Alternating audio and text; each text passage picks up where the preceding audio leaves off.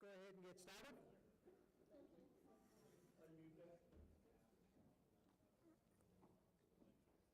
Yes, I'm unmuted. Welcome to the Fall 2017 Employee Benefit Specialist Meeting. Thank you for coming. Of course, this, like every year, is important. Of the open enrollment process, and a critical part of it, because while they can call us, your employees will be coming to you to ask questions, to get those applications in, and we appreciate everything you do out there because it is the overall smooth sailing of the open enrollment. So we're going to get started, and Karyn's going to kick us off with her portion of it, where we'll get some training. Then I'll go through the presentation we'll be taking around the state this fall for the employees. So we'll get started with Karyn. I'm going to have to put you on hold for a second. I've got a technical difficulty. We are broadcasting.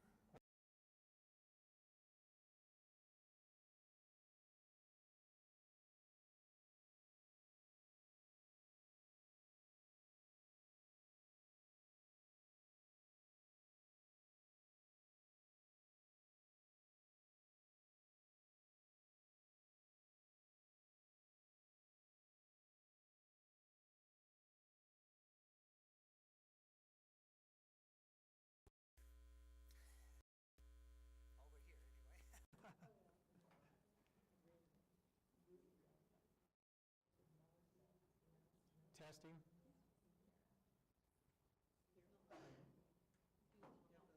Testing.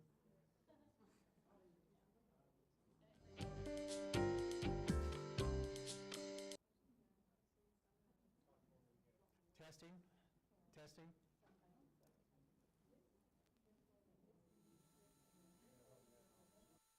Testing. Testing. Testing. Testing. Testing. Testing. Testing. Testing. Testing. Testing. Testing.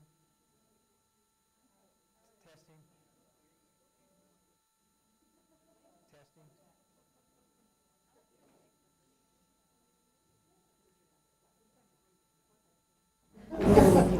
Well, how was everybody's weekend? Good weekend. Glad to hear it. Wasn't that rain wonderful? I could have used it in August when my grass was dying, but kept my water bill down at that point in time. But it now feels like winter at least, or at least the start of it. I mentioned the white stuff. That seems to be rather unpopular with Pam. What's that? Yeah, and turn. I was actually weekend, and it was beautiful. At least where I was.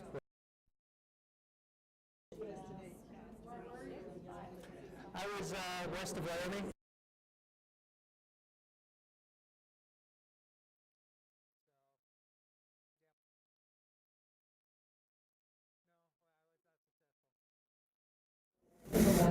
And I only got half my hunt. I actually had my gear stolen while I was up there. Are we there? Okay, let me just make sure. Go ahead and talk more. So we're still talking. Technical difficulties we're working on.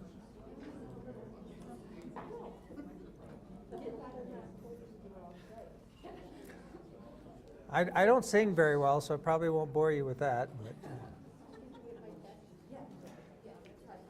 we're hopefully getting closer. Okay. We are ready. Can you reintroduce? I'm so sorry. Okay, we're going to start the reintroductions again. It'll be slightly different than the last time. We good? Well, welcome everybody. We had a few technical difficulties for you who are watching us online, but welcome to the 2017 Benefit Specialist Meeting.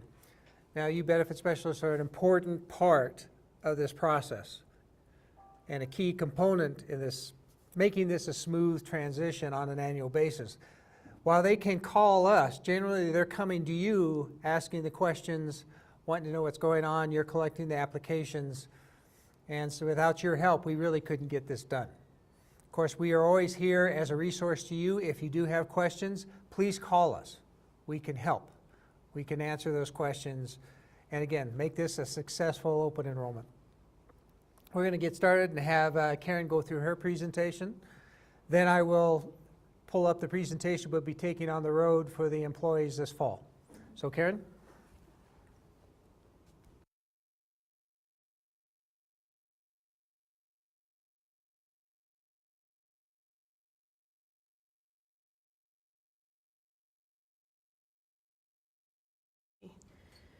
You know, this last year, more and more times than I'd like to admit to, I've dated myself, and it seems to be happening with much more frequency. So how cool would it be if we could do this presentation with technical difficulties, and it would look like max headroom? Some of you get it. So, like Ralph said, thanks for coming. It's nice to see so many people in person, even though we are able to stream it this year. Any kind of new and exciting changes that insurance might have, this is where you're going to get it. So. We're going to go over some housekeeping like we always do, some reminders, some areas where we may have some concern. We'll touch on the portal and how it impacts open enrollment. We aren't going to do any kind of demonstration on the portal today. If you guys have any need one-on-one to go over some questions, we can do that. Or I can even come to most of your offices if you need to, or do through phone conference some help with that. But we will go over some of the key pieces that you need to be aware of as far as open enrollment is concerned.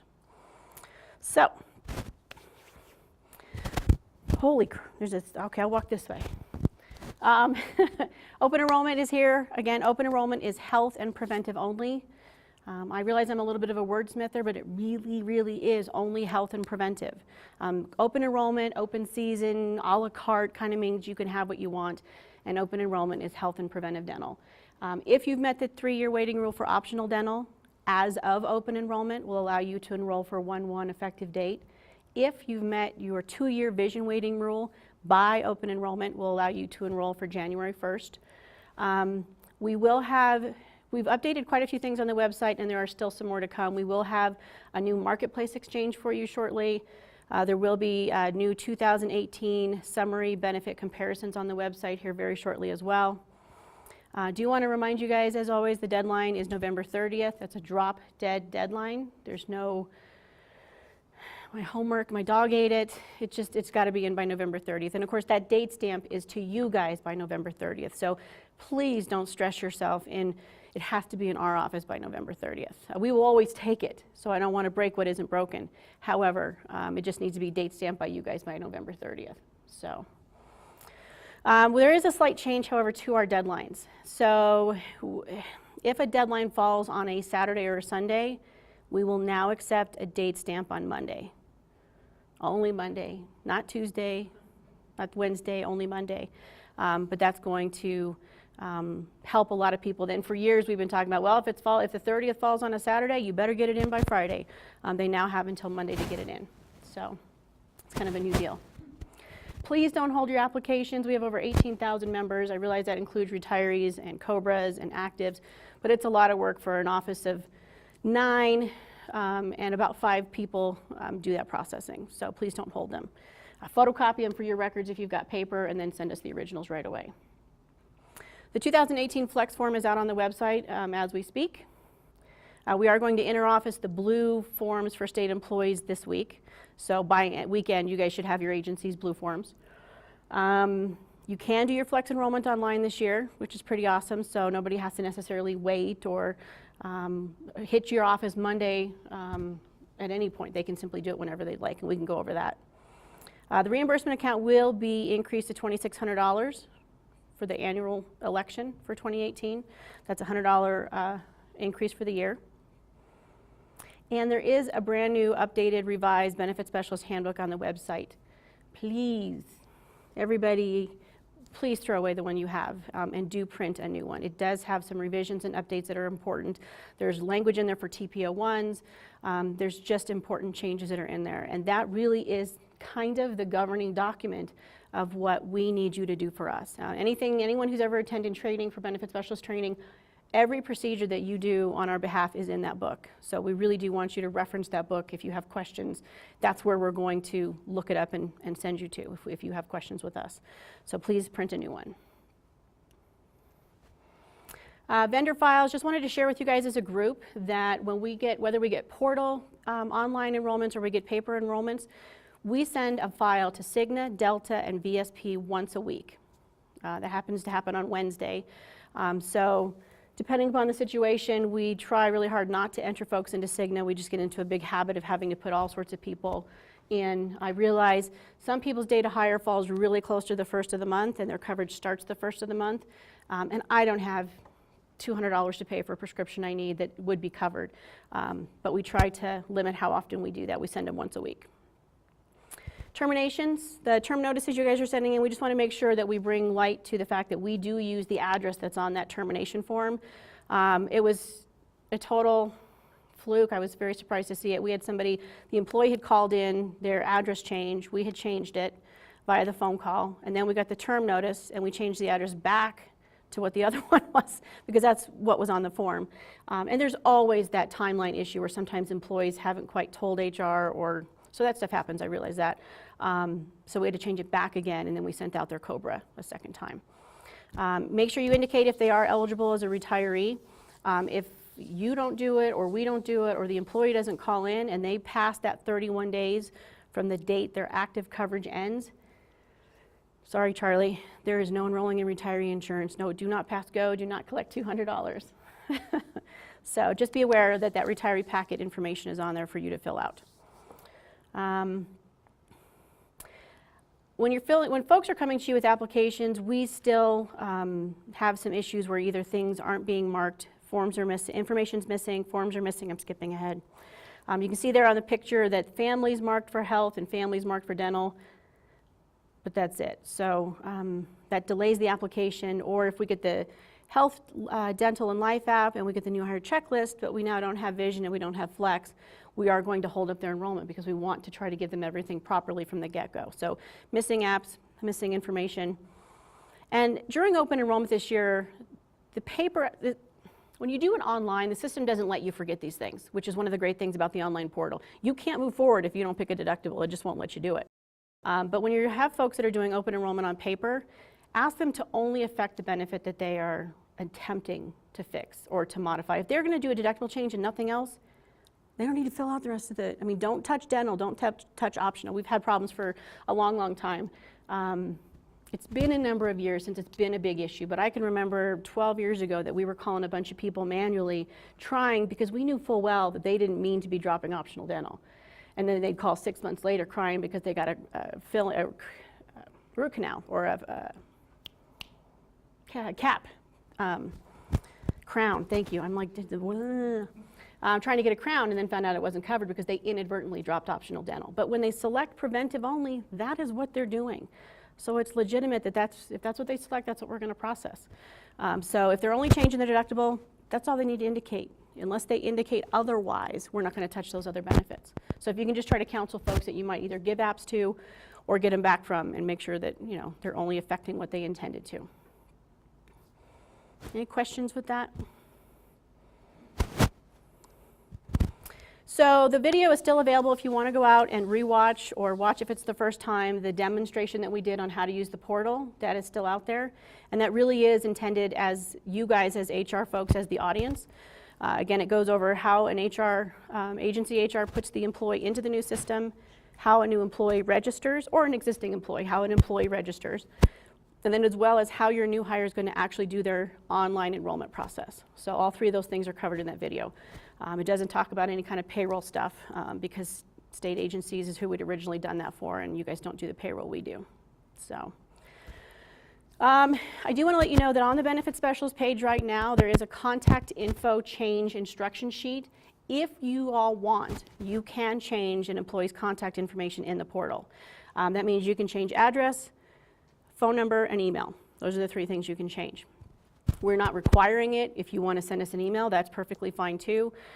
If you do, however, especially with this portal and online enrollment and registration, if you have somebody who can't register, since they have to match name, birthday, social, and email, if you have any issues with any of those 3 things where someone can't register, pull them up on the HR portal for your agency, find them, and check and make sure that they're not using Jen instead of Jennifer, or the dot in gmail.com is not missing. There's a number of things, Bob instead of Robert. So anything that might be, those are the 4 things. So if one of those things is wrong, they're not going to be able to register. It'll tell them to contact EGI. They can contact you or contact us. But those instructions are out there that if you want to change someone's information, it does track it. It shows you're the one that changed it. Just know that that's out there. Oh, I already went over some of that. Yes, ma'am.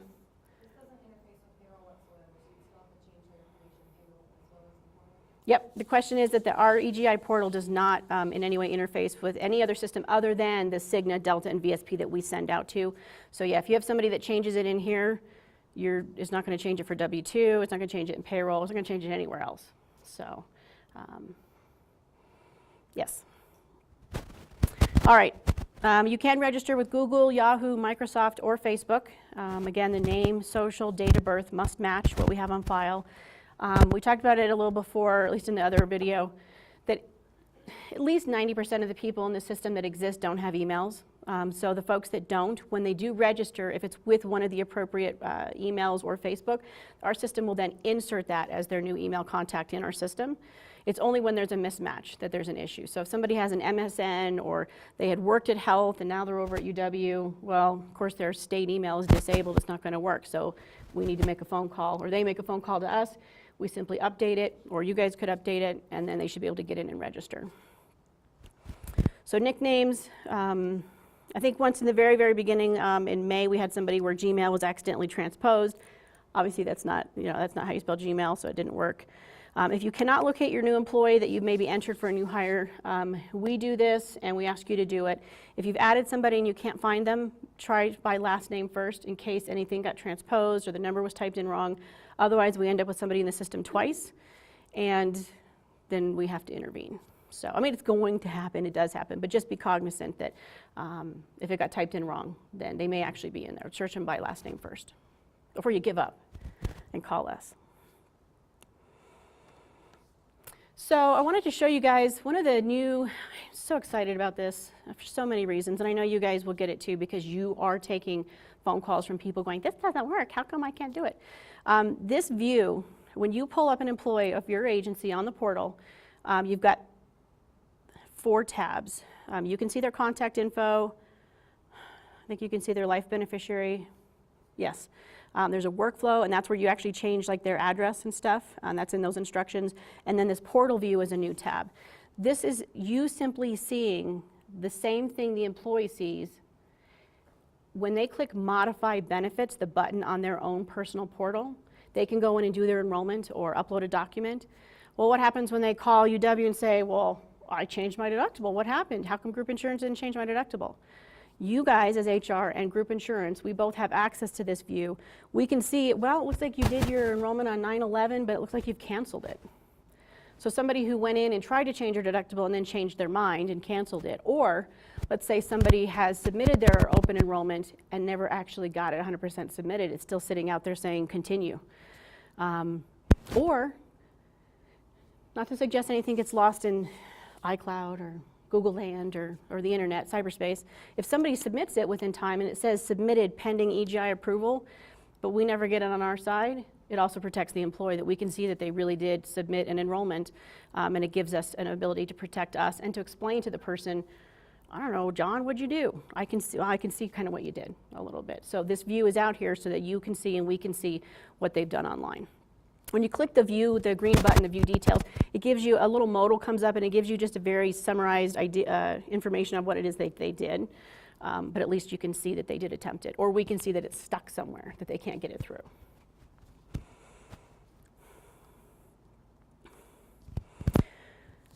So there's 2 real big things here with open enrollment as far as the portal goes. Most people are changing their deductible or adding benefits, and a lot of people don't like me. I haven't made changes since 2011. I just do my flex every single year. So if I was going to do my flex only, I could come in here. Like I said, you guys will get the blue forms this last week in September. The entities, the 2018 is out there. please try to let employees know not to do both. If they do the portal and they do a piece of paper, it's bound to happen, but I just hope it doesn't happen. This button will only be visible for changing your flex from 10/1 to 11/30. After November 30th, the button is just gone and you've lost your chance. But you click this button and it walks you through a very shortened workflow of just simply electing your flex for 2018. That's the only thing, flex, daycare, and wraparound, any of your flex accounts. So you could do just this and submit it and you're done. However, if a person is going to be changing their deductible or adding a child or trying to add a vision because their 2-year waiting period's been met, they can also do the flex within a normal modified benefits.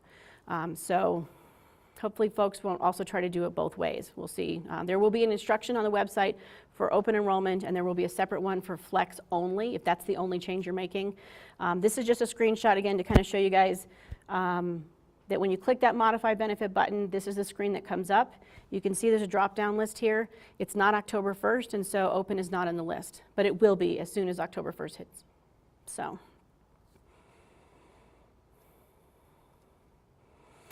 Need to go over a little bit of HIPAA security just to kind of bring it back to the forefront of our mind. It is interesting with all this snazzy iCloud talk and where is my information, who's accessing it.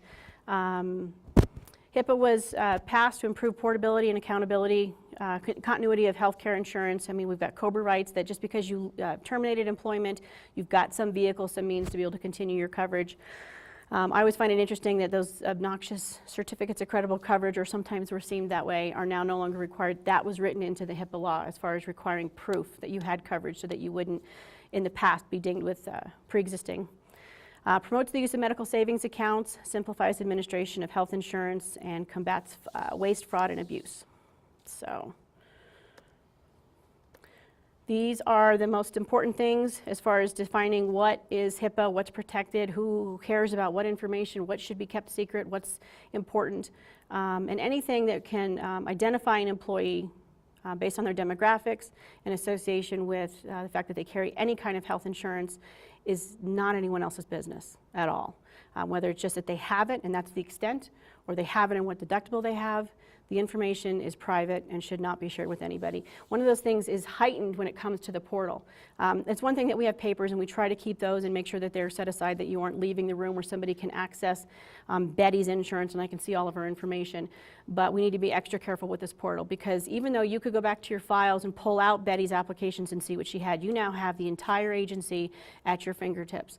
So I want to make sure that if you walk away, because you can sit in it all day long, it's not going to kick you out or time you out. Make sure that your machine is locked, your computer when you walk away from it.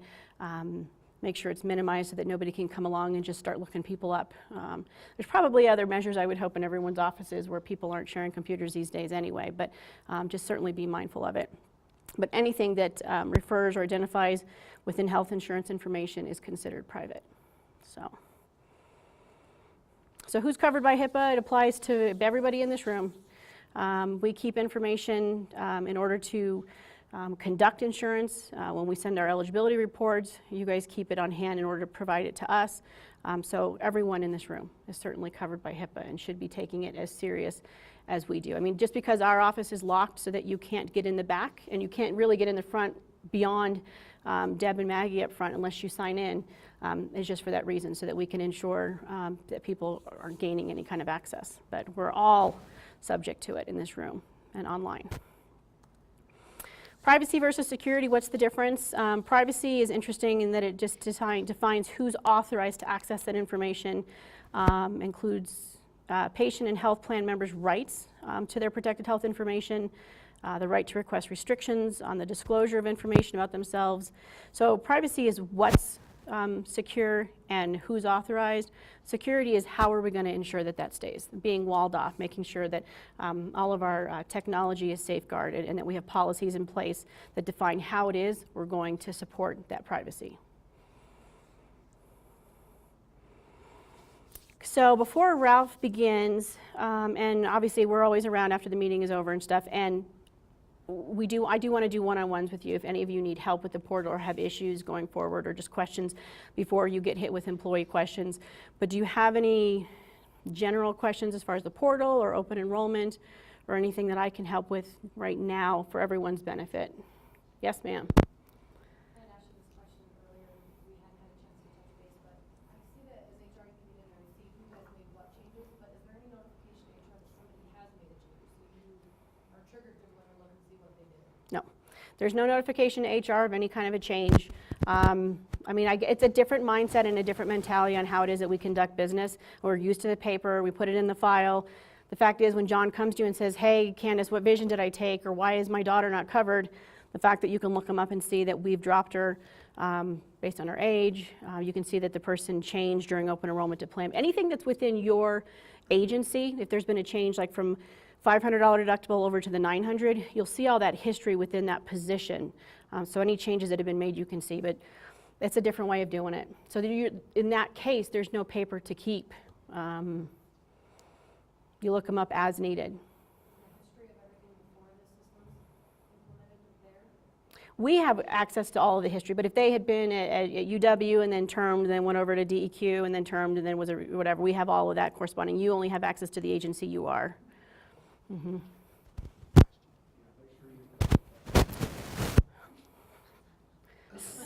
Okay, dang it. So the question for out there was whether or not HR will be notified of any kind of changes that employees make. So I hope that makes sense with what it was I was answering. Yes, ma'am. So you kept saying if you are eligible to add optional dental or vision by the time open enrollment starts, you can do it effective January 1.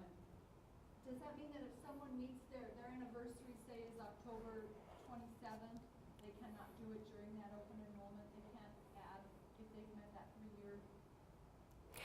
The question is whether or not if somebody's anniversary falls, say in October, and they've met the 2 or the 3-year waiting rule for either optional dental or vision, can they or can they not do it? We have always allowed it that if by 12/31, I get that the open enrollment deadline is November 30th, but if by year end they've been without it for 3 full years, we will allow the process for 1/1.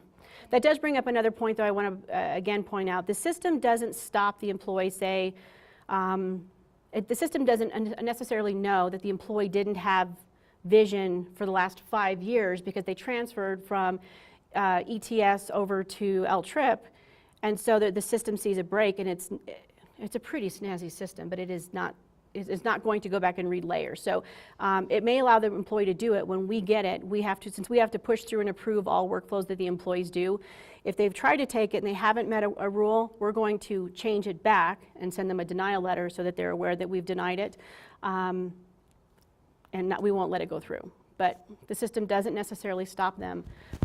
Say if they got married in October, it's not open enrollment and they're actually running a marriage, it'll let them change their deductible. We won't. When we get it, we'll put it back to what it was and then send them some sort of a letter. So, Michelle. Does the employee receive confirmation that they successfully made a change? The question is, does the employee get notification that it was successfully approved or changed? And the answer to that is no. I don't mean to make light of it. I mean, it would be great if we had, like my Amazon confirmation and tells me that my order was received. However, if anyone's like me with Amazon and OCD and checks it every 3 days or every day, all a person has to do is log back into the portal, click that modify benefit button. It takes them back to that history screen, and they should see, first of all, if it's been approved, they'll see their benefits on their profile that they've been modified. But if they go back to that modify benefit button and see their history grid, it will have said submitted pending EGI approval. Once it's approved, it just changes to approved. So that would be where they'd go back and check. All right, excitement is overwhelming. Yes, ma'am. At no point HR has to enter their benefits, right? It's either paper, and we send it to you, or they do it. We're just entering a new employee to give them access to do it, but at no point would we ever enter that. Yep, the question is whether or not HR will do anything with the employee's benefits, and the answer is no. At this point, the only thing HR can do is add new hires that don't exist in the system, and now you guys can do the contact info change if you want to, but right now that's kind of the only 2 things you can do, and have access to do the lookup piece. So employees have to do their own benefit changes. So, yes, ma'am. In our payroll last week, we had 2 employees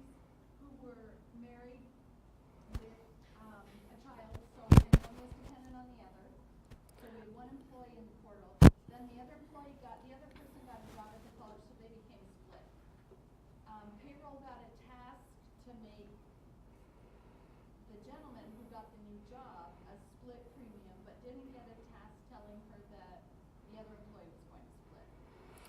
And this instance, they had different last names, so it was a little confusing. But is there any, do you guys put a task out there for that other half of it?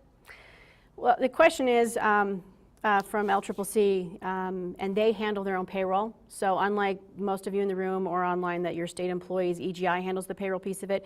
When one of the colleges or Natrona County or UW has an online process, they have to then do a payroll task. They have to be notified somehow that there was a change because they do have to affect payroll.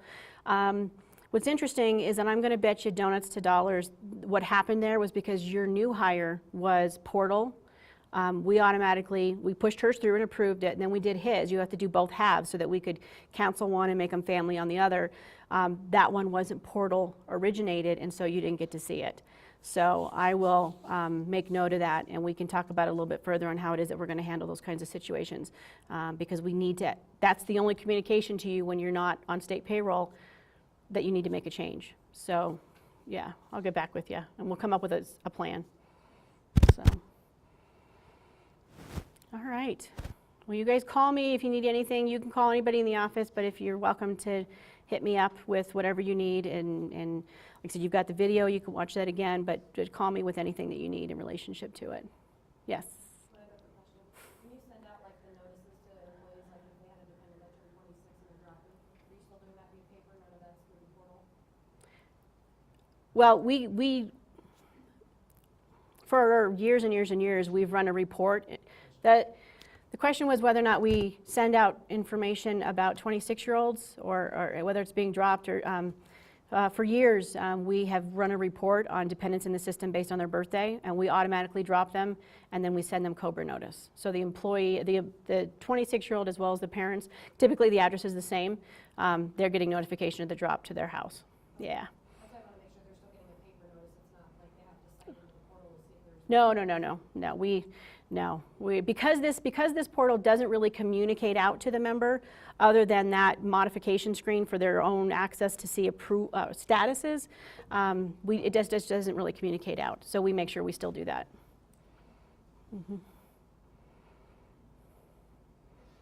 Going once, going twice. All right, thank you. Now we'll get Ralph's awesome stuff. Get out your way. Hold on.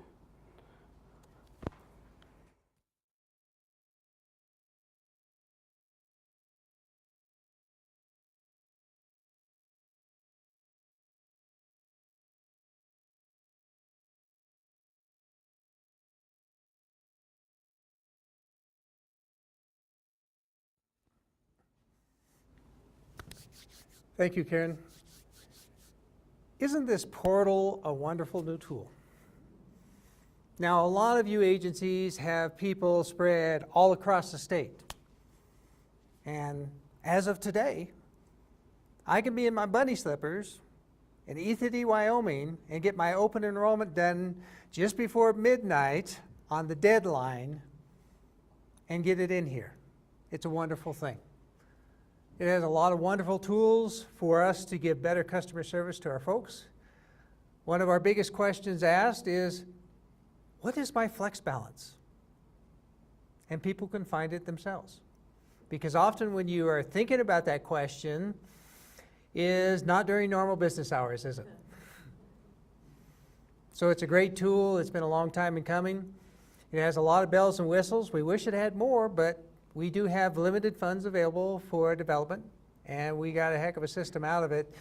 But there are some bells and whistles we'd like to have that we just couldn't quite get through with the dollars available. But light years ahead of where we were just a year ago. So let's talk about what we're going to talk about with the employees as Pam and I travel around the state starting October. The agenda is pretty broad this time. So we're going to talk about health reform for the employees. We talk about that all the time these days. Qualifying events, because people do forget their qualifying events, don't they? Enrollment levels, medical trends, rate changes, benefit changes, telehealth. We're going to expand upon that. Cigna Health Coaching. trying to get people to pick up on those calls when they see that signal line on their caller ID. The online portal will touch base on that from the employee perspective, and of course talk about open enrollment.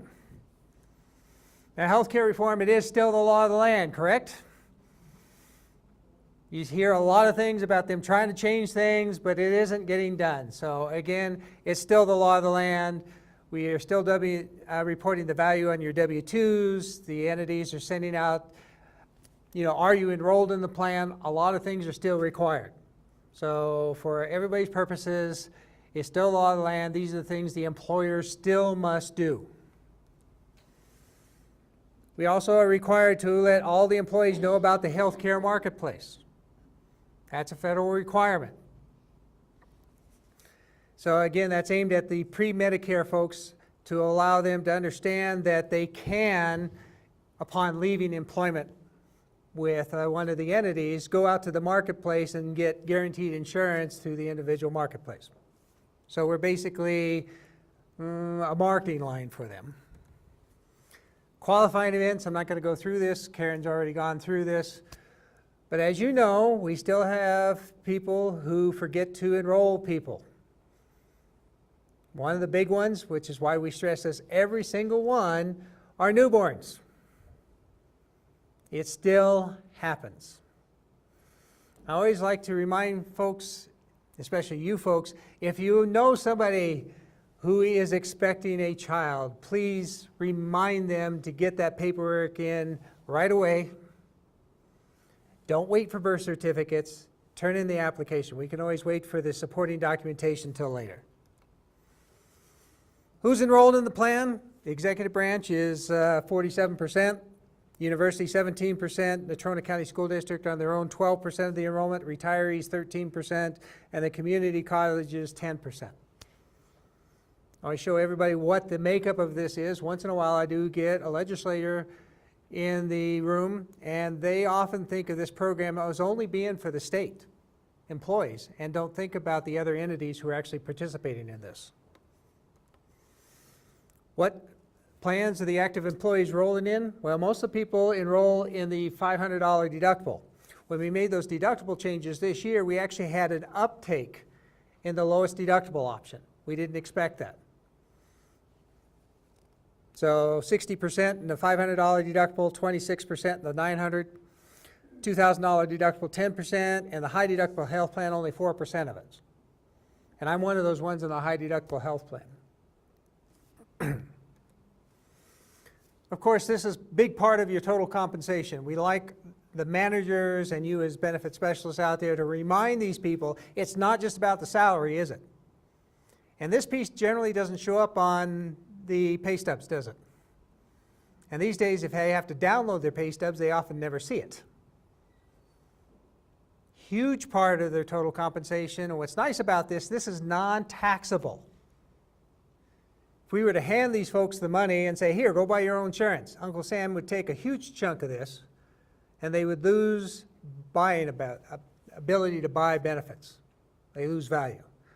So very nice part of their total compensation. These are the core benefits we offer: life, dental, health, disease management, wellness screening. That's Wyoming Health Fairs, who go around the state on site and take those blood draws, the managed stroke program, and of course a flexible benefit plan. Voluntary benefits, you're aware of these. We do short-term disability, long-term disability, vision, and long-term care. I see that we're going to need to make a little bit of a change because when we put it through the laptop, everything shifts a little bit. But this is the history of paid claims for this benefit going back to 1999. So about $38 million in 1999. This year we're projected to be $289 million. And next year, basically $309 million. This is what it looks like on a graph basis. This is why I'm known as Mr. Popularity out there, especially with our Joint Appropriations Committee, because we get to give them the good news that, hey, our costs are going up. Now, are we getting sicker as a group to lead to these benefit costs? No. Are we getting older? Actually, our group as a whole is getting younger because of added dependence. And our average age for employees and retirees hasn't changed in the 16 years I've been here. It stayed steady. So what we're seeing is incremental costs, core cost of benefits. So your doctors are charging more, your prescription drug companies are charging more, the hospitals are charging more. We're not using more benefits, we're just seeing higher costs for those benefits. And it's a frightening situation. Now you'll notice that red line, that Z there. What that represents is, that red line is the fact that we have held our rates the same for 3 years. But our costs have been going up. Now we've had sufficient dollars in our reserve account to do that. But the costs go up and the account goes down. So what do we see? We do need an increase. But every time you hold off on an increase, that means when you do one, it's a higher amount because you haven't done one for the previous time frames. I hate to tell you folks, but we don't have a decision on health insurance rates. There's some differences of opinion on exactly what it should be, and we're waiting for a management decision on what that's going to be. I do expect to have that by the end of the week before Pam and I hit the road. Cross our fingers. Dental premiums, we do have that. So they are going up, $21.82 and $48.20 for preventive, $14.88 and $34.88 for optional dental. But let's face it, this is not the big one, is it? An increase here doesn't impact employees very much. It's the medical portion that impacts all of our pockets the worst. Benefit changes. For the non-participating providers, we're going to move away from our maximum allowable cost to 200% of Medicare allowable for the non-participating medical providers. So those individuals who go to participating provider doesn't impact them at all.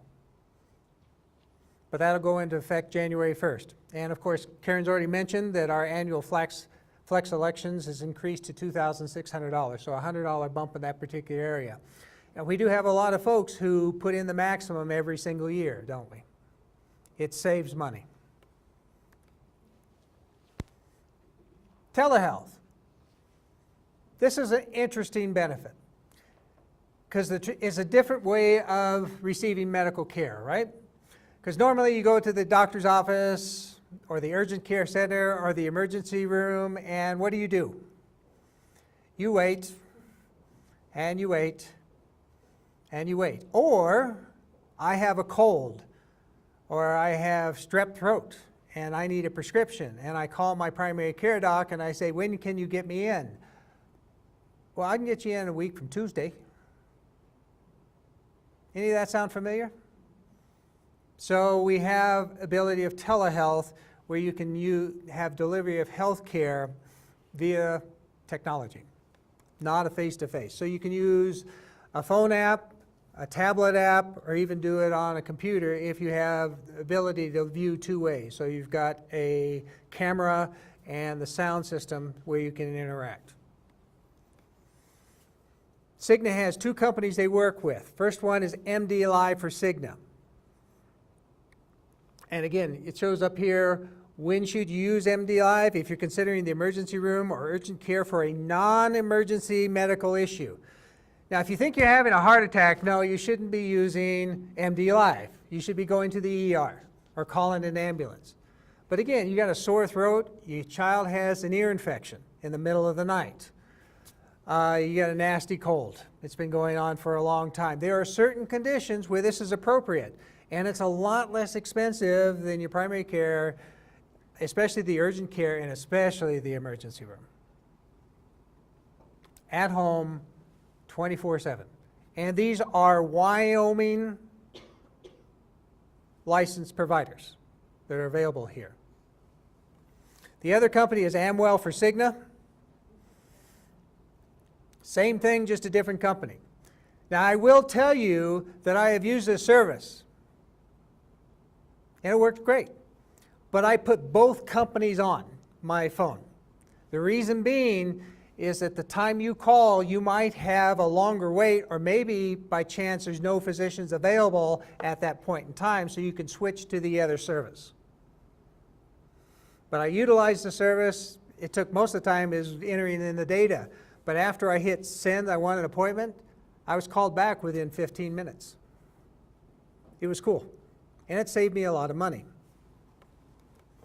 How to get started? Basically, you need to go out, get the application, get it on your system, and you do fill out a medical history portion, because they do want to know what drugs you're allergic to, what kind of past medical history do you have. So some basic questions on there. My suggestions, if people are interested in it, get it loaded into your system long before you need it. So when you do need it, you can just hit the button and go, versus taking the extra time to load them up there. And now I'm going to go back here for a second. You see it says MD Live for Cigna, and it says Amwell for Cigna. There are two different apps out there for devices. If you just go to the Amwell one, or just to the MD Live one, if it doesn't say for Cigna, it's a much higher price. And I made that mistake myself. I did the Amwell one, and I said, what's the estimated price for the call? And it's like, whoa, wait, that isn't the amount. So I researched it, and again, Amwell for Cigna or MD Live for Cigna are the apps you want to use. So it's a great service. It worked well for me, and especially in some of our rural areas, a wonderful service, because sometimes you go to the urgent care center, if there's one close by, or the ER, you've got to drive ahead of you. Again, for non-emergency circumstances, but one of the big ones for parents I've talked to last year when I went on the road, ear infections was one of the big ones. And they can write a script to your pharmacy. Getting the best deals for healthcare. We did this last year, we're doing it again, because price varies significantly between different medical providers for the same service. You can do some research, and I will tell you this is intermittent, because we have found it sometimes works, and you can log on a day later or a couple of days later, and it doesn't work. So I suggest you try it a couple of times. But it does give you the ability, most of the time, to search for alternative care. And you've got to go on the Cigna website, and you've got to log into My Cigna. This is an important step, so that they know you're the state of Wyoming, they know what area you're looking for the medical care. You want to look for the procedure. So that little red circle there around the procedure, you enter in the procedure you need. And on this one, we did a hysterectomy near Cheyenne, Wyoming. Now you see that the initial distance I put in here was 25 miles, which is kind of the standard one. And the cost difference, just in Cheyenne, ran from $16,000 to $29,000. Pretty significant, isn't it? But what if we bump up the scale to 150 miles? The price goes from $5,000 to $36,000. So would you rather look at a $16,000 bill or potentially a $5,000 bill for the same procedure? And I wanted to show you the medical providers at the $5,000 level, and they are in Colorado. But notice there are multiple physician groups in different cities that have the exact same cost that Cigna has negotiated. So it is worthwhile searching for the cost of medical care. And it's important for the employee, but it's really important for the state. And let me tell you why. If somebody says, well, I'm going to hit my out-of-pocket max anyway, so it doesn't matter what doctor I use, right? If the state pays more, who else is going to pay more in premiums? We are. So it impacts all of us. So we do encourage people, do this research, look for alternatives for the same procedure, look at different medical providers, and make a conscious choice on what is the best value out there. Because ultimately, we can't continue to see those costs go up like they have been. We've got to do some consumer education out there and make some choices.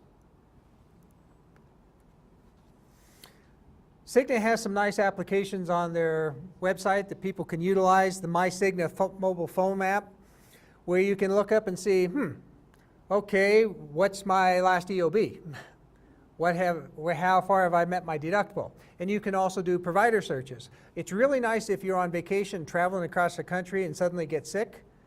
You can find medical providers within a certain radius of wherever you are to go see participating providers.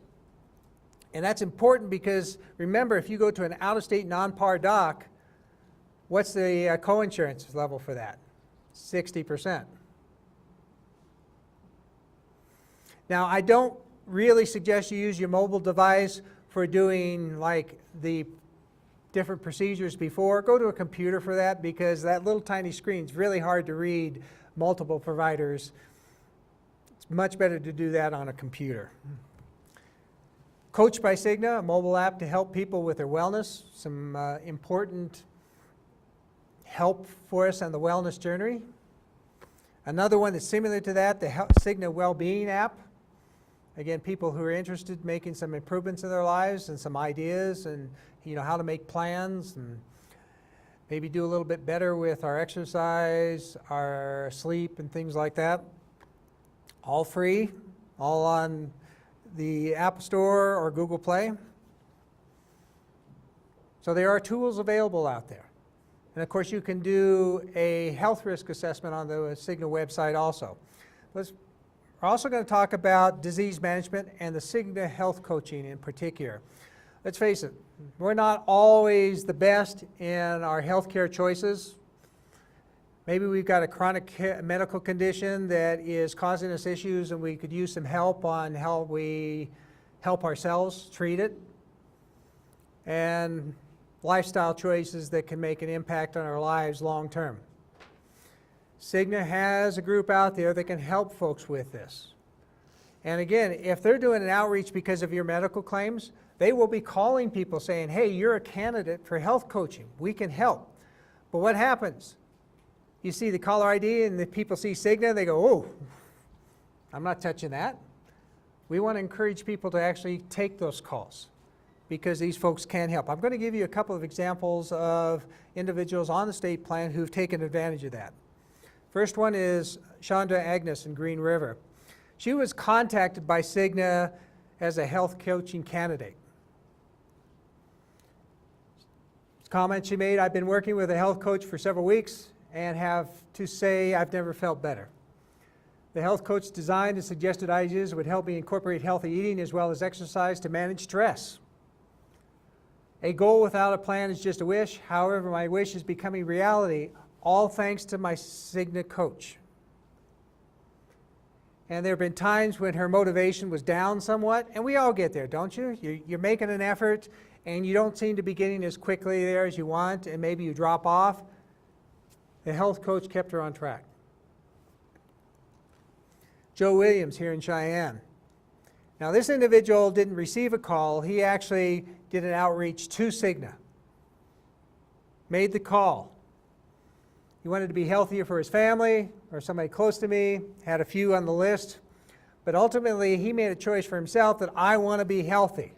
I want to be healthier than I am. He saw an opportunity. He was overweight, needed to reach out for help and starting a healthier lifestyle. Now he keeps a count on his calories, exercises regularly, checkups with my doctor. And that's a big one, especially for guys. Women are great about seeing the doctor. You do it all the time, but getting a guy to the doctor, and you ladies can appreciate this, it's like dragging and kicking and screaming, right? We want the guys there too. But he made a choice, got that Cigna coach, is now seeing a primary care doctor on a regular basis. And his help with stress management. Of course, we work for the state. There's no stress, right? And what about university and the community college? There's no stress there, right? It's part of lifestyle choices. These folks can help. And we're encouraging people to take advantage of that when we go around this fall. Of course, the online portal, this is basically the same stuff that Karyn was going through, except now I understand why the Gmail was spelled wrong, so I got to correct that so I can say why this didn't work. What the active employees can do, and this is from their perspective, that they can enroll in the benefits, view their benefits, etc. So just pretty straightforward. We really want to promote this because we want to avoid paper just like you want to avoid paper, correct? Now let's face it, we will never get rid of paper. There are folks out there who aren't comfortable with computers, will never use a computer, and that's fine. But if more people we can get onto this particular portal to do it this way, the easier all our lives will be. What retirees can do with the portal, of course, they're much more limited than the actives. And you definitely got to pull this up and redo it on the laptop versus on my desktop because it looks a bit different. And of course, the benefit changes with the flex only. And the open enrollment period, because as Karyn mentioned, there are drop dead deadlines. We don't make exceptions. So if they turn it in after that deadline, sorry, wait till next open enrollment. Effective date, of course, January 1st. Always have to remind those folks because often they forget. Of course, it runs until November 30th, and they don't have to turn in the supporting documentation at the time of application. Get the application in now. We'll get the supporting documentation after the fact. But remember, if they don't provide the supporting documentation within the time frame, those benefits will not be activated for those added dependents. Of course, our important contact information. So that's the presentation we'll be taking on the road. It's important. We will have a rate increase, so that usually boosts the attendance at these meetings. But we're looking forward to getting out there and providing additional education for these folks and give them another opportunity. Nice thing is we're not having changes in deductibles this year, but again, rate increase will be on the horizon and we will get that out there. So we have a question. Do you know if the employer contribution will change at all? The question is, will the employer contributions change? Yes. The employer contribution will go up with the rates. And we believe it should be a compensatory amount. So continuing at the 85% employer contribution. I can't guarantee that, but that's what my anticipation is. Yes? Are you going to let us know the new rates before you come to our locations? The question is, will I let you know about the new rates before we leave the location? It depends on when I get them. I will be frank about that. If we get them before we actually hit the road, yes. And we would absolutely have a drop dead date to need those to be able to do the meetings on Friday because we have to incorporate those into the presentation. I actually leave on the road on Sunday, this coming Sunday. So we will do our level best to provide you with the new rates before we hit the road. Will any of this change if we have the ACA gets changed? I'm sorry, could you repeat that? I couldn't quite hear you. I said, will any of this information change if the ACA is changed? The question is, will any of this information change if the ACA is changed? And actually, no. There would be no changes to our plan based upon a change with the ACAs. So we wouldn't come back and say, we're going to put in a lifetime maximum because that's a way, or we would put pre-existing conditions back into place. No, our plan is going to be set for the upcoming year. Now, any changes to the ACA would be considered for the 2019 plan year, not for the 2018. I just wanted to let everybody know that I'm sure you all know by now that our website is egi.wyo.gov because it's all we all memorized. The portal now, instead of that confounded link that we have, is egi egiportal.wyo.gov. Now, the comment Karyn made was that of course, our direct email website address is egi.wyo.gov. The portal address is egiportal.wyo.gov. So it's real easy to remember. There is a direct link. So if you went to our direct website, there is a link that you can push, and it will take you to that portal site.